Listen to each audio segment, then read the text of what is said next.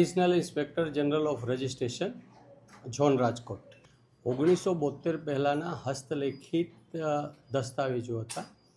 એ દસ્તાવેજોનું scanning કરેલું હતું અને સ્કેનિંગ કરીને એને હાર્ડ ડિસ્કમાં રાખવામાં આવેલું હતું.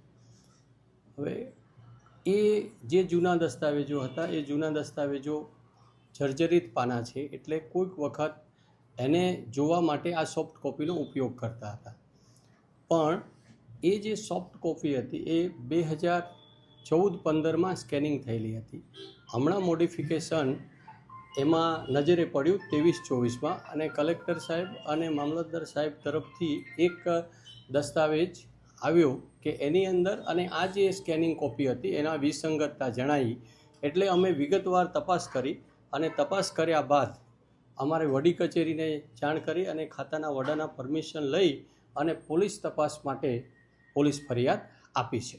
સર, ગેરરીતિ થઈ છે. કેટલા દસ્તાવેજોની ગેરરીતિ શું ધ્યાને આવી છે? હમણાં સુધી એ દસ્તાવેજોમાં જે વિસંગતતા થઈ છે એ 17 જેટલા દસ્તાવેજોમાં નજરે પડી છે.